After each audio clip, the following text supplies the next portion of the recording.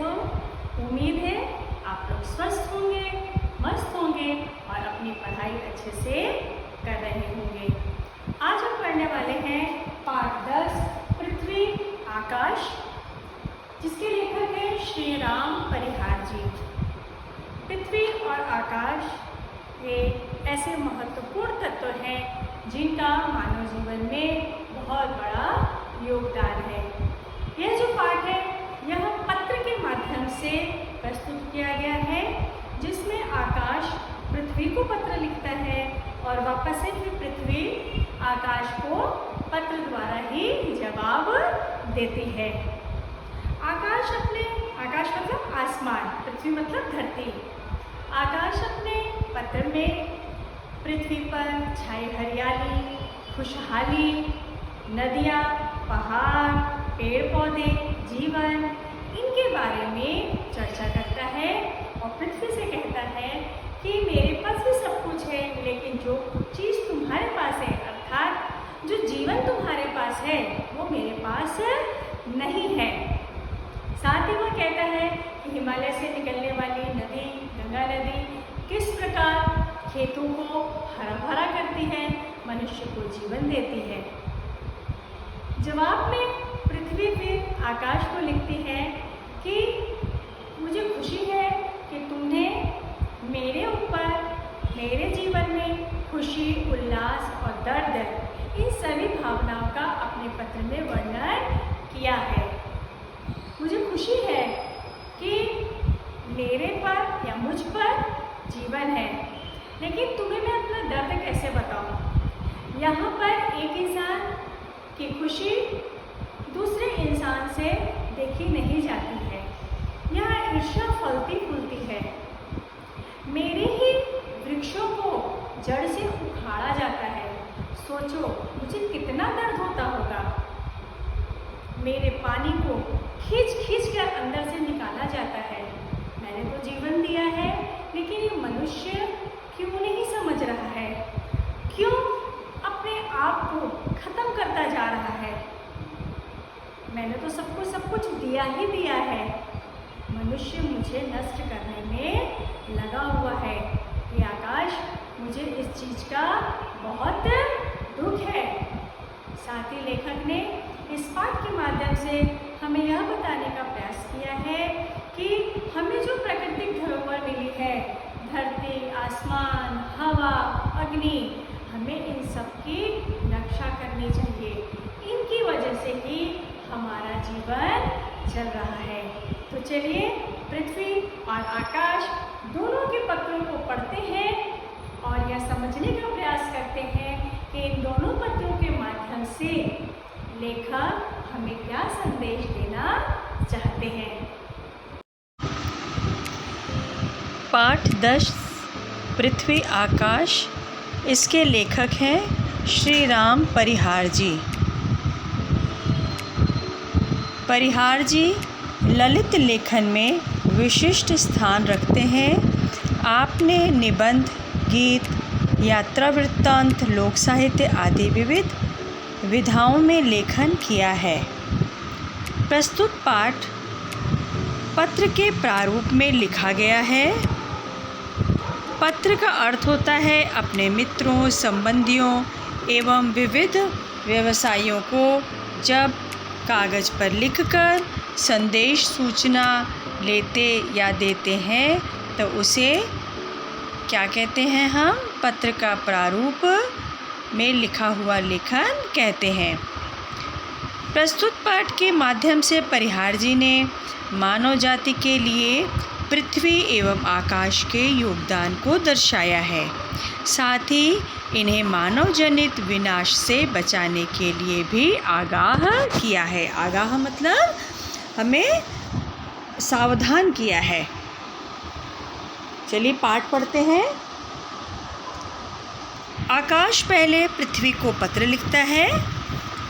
प्रिय पृथ्वी, समझ में नहीं आता कि मैं अपनी कुशल लिखूं या तुम्हारी कुशल क्षेम जानूं।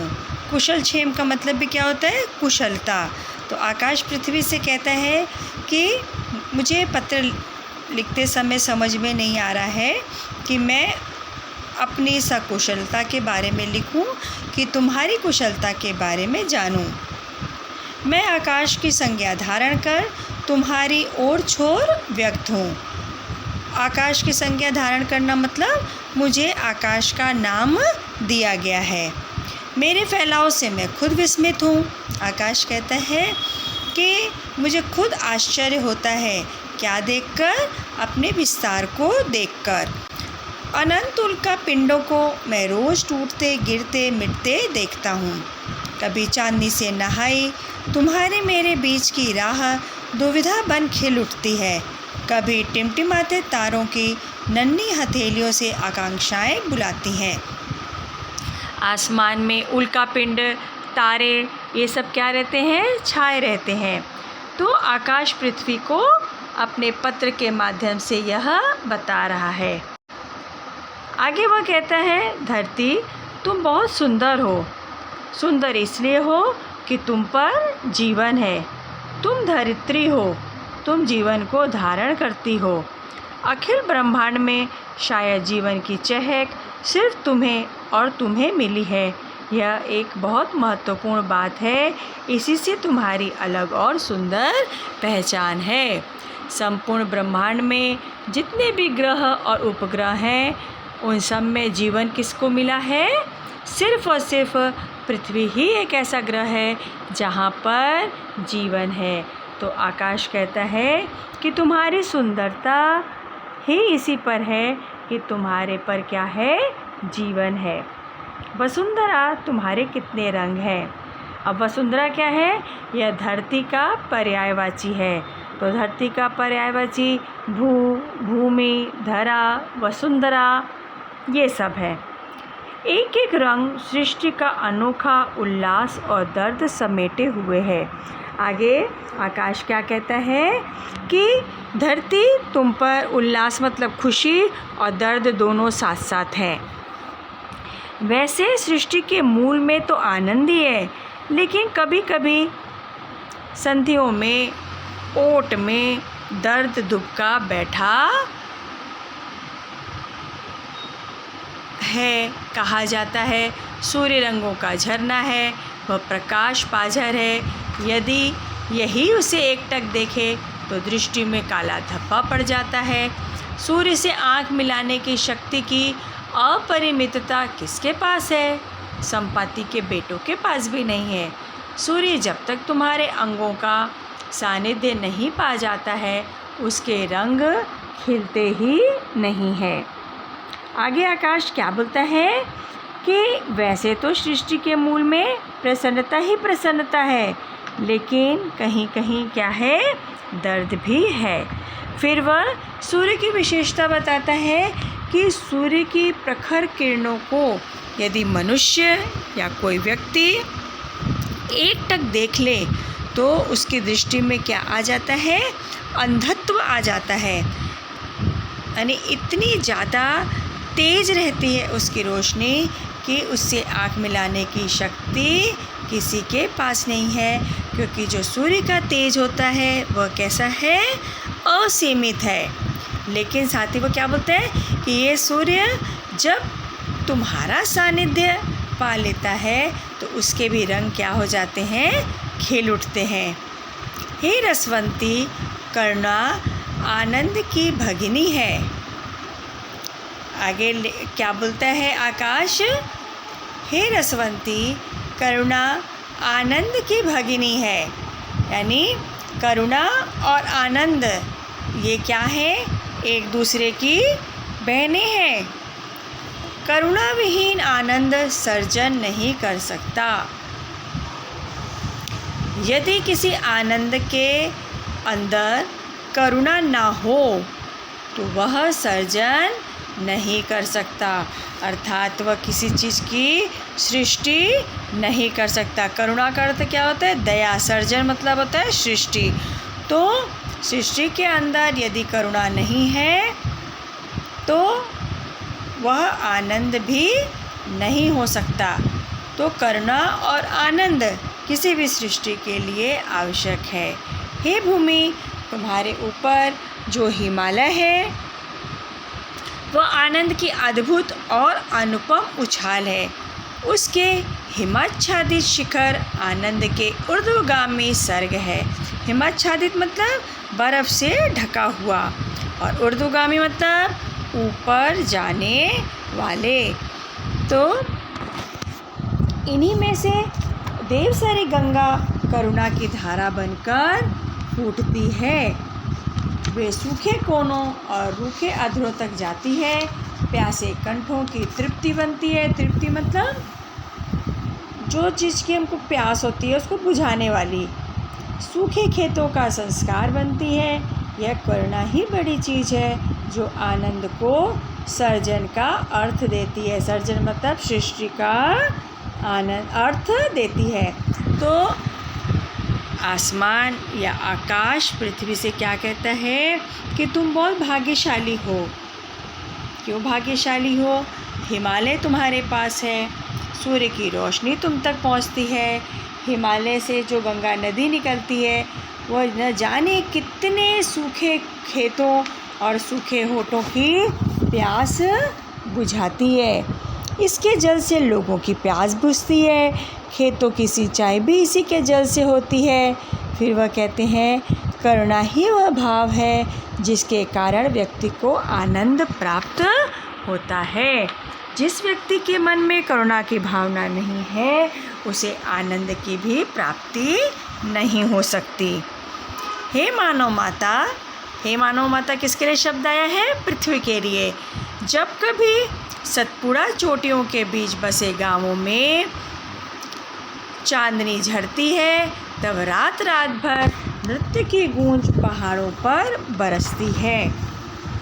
मैं सतपुड़ा की इन्हीं चोटियों पर बैठा बैठा तुम्हारे बेटों का यह संस्कार उत्सव देखा करता हूँ। धरती तुझे हजार हजार विविधताओं का संसार मिला। आगे लेखक क्या बोलता है कि अनंत का अर्थ होता है क्या? जिसका कोई अंत ना हो, है ना। और अक्षुण्ण मतलब अखंडित। हे मानव माता, मानव माता शब्द किसके लिए आया है? धरती के लिए आया है। कौन बोल रहा है? आसमान बोल रहा है। जब कभी सतपुड़ा चोटियों के बीच बसे गांवों में चांदनी झड़ती है तब रात रात भर नृत्य की गूंज पहाड़ों पर बरसती है। मैं सतपुड़ा की उन्हीं चोटियों पर बैठा बैठा तुम्हारे बेटों का यह संस्कार उत्सव देखा करता हूँ। धरती तुझे हजार हजार विविधताओं का संसार मिला। तो आकाश धरती को क्या बोलता है कि तुम विविधताओं से भरी हो। तुम्हारे पास पहाड़ हैं, नदियाँ हैं, जीवन है। धरती वायु मेरा अंश है। शब्द की उत्पत्ति में मेरी सहभागिता है। जल मेरे माध्यम से बनता है, बरसता है। सूर्य का जो तेज होता है उससे धरती का जल वाष्पीकृत होता है। वह आसमान में जाकर बादल बनता है और फिर आसमान या आकाश उन बादलों को बारिश के रूप में धरती पर क्या करता है? भेजता है वापस। आग और पानी का खेल मेरे भीतर भी है, लेकिन ये सब मिलकर तेरे आंगन की मिट्टी से जो जीव गढ़ते हैं उसकी लीला पर मेरी सौ सौ नीलिमा न्यौछावर है। तेरे जीवों की श्यामलता के अर्थ बहुत गहरे हैं। आसमान कहता है, आकाश कहता है कि वायु मेरा अंश है, जल मेरे माध्यम से बनता है, बरसता है, आग और पानी मेरे अंदर भी है। इन सब कुछ होने के बावजूद जो जीवन तुम्हारे में गढ़ा जाता है, तुम्हारी मिट्टी में गढ़ा जाता है, उसके ऊपर मैं अपनी नीलिमा, आकाश का जो नीलापन है वैसी नीलिमा मैं अपनी सौ न्यौछावर करता हूँ।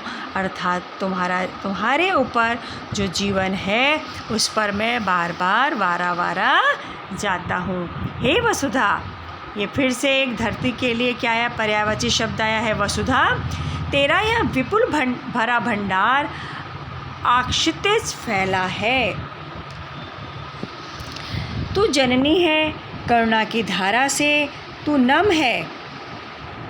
सुना है कि पुत्र कुपुत्र हो जाता है, पर माता कभी कुमाता नहीं होती। वो पृथ्वी को कहते हैं कि तुम अक्षुण्य भंडार से भरी हो, तुम्हारे अंदर न जाने कितनी चीज़ें समाई हुई हैं। तू जननी है, तुम माता हो, करुणा की धारा दया तुम्हारे अंदर है। मैंने सुना है कि पुत्र तो कुपुत्र हो जाता है, परंतु माँ कभी भी कुमाता या बुरी माता नहीं होती। तब हे प्रिय पृथ्वी, मैं पूछना चाहता हूँ, यह भूकंप का सर्वनाशी कृत्य क्यों? आपको पता है भूकंप किस पर आता है?